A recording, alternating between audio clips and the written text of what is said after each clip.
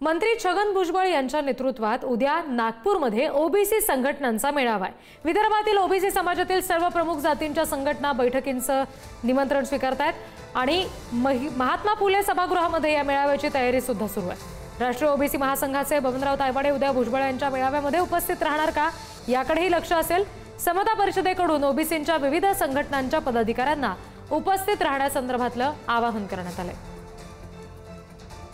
मराठा समाजाला कुणबी जातीचं प्रमाणपत्र देण्याचा शासन निर्णय जारी करण्यात आलेला आहे आणि याला अनेक ओबीसी संघटना असतील किंवा ओबीसी नेते असतील यांचा विरोध आहे। मंत्री छगन भुजबळ यांचाही या जीआरला विरोध आहे आणि त्या संदर्भात नागपुरात गुरुवारी एक मेळावा आयोजित करण्यात आलेला आहे। छगन भुजबळ यांच्या समता परिषदेद्वारे नागपूरच्या या महात्मा फुले सभागृहामध्ये हा मेळावा आयोजित करण्यात आलेला आहे। यामध्ये विविध जे जिल्ह्यातील विदर्भातील जिल्ह्यातील समता परिषदेचे कार्यकर्ते असतील किंवा इतरही जे ओबीसी संघटनांचे प्रतिनिधी असतील ते या मेळाव्याला उपस्थित राहणार आहेत। आपल्यासोबत आहेत समता परिषदेचे राज्य सरचिटणीस ईश्वर बाळबुधे। सर, काय सांगाल, नेमका हा मेळावा कसा राहणार आहे आणि याची तयारी कशी सुरू आहे?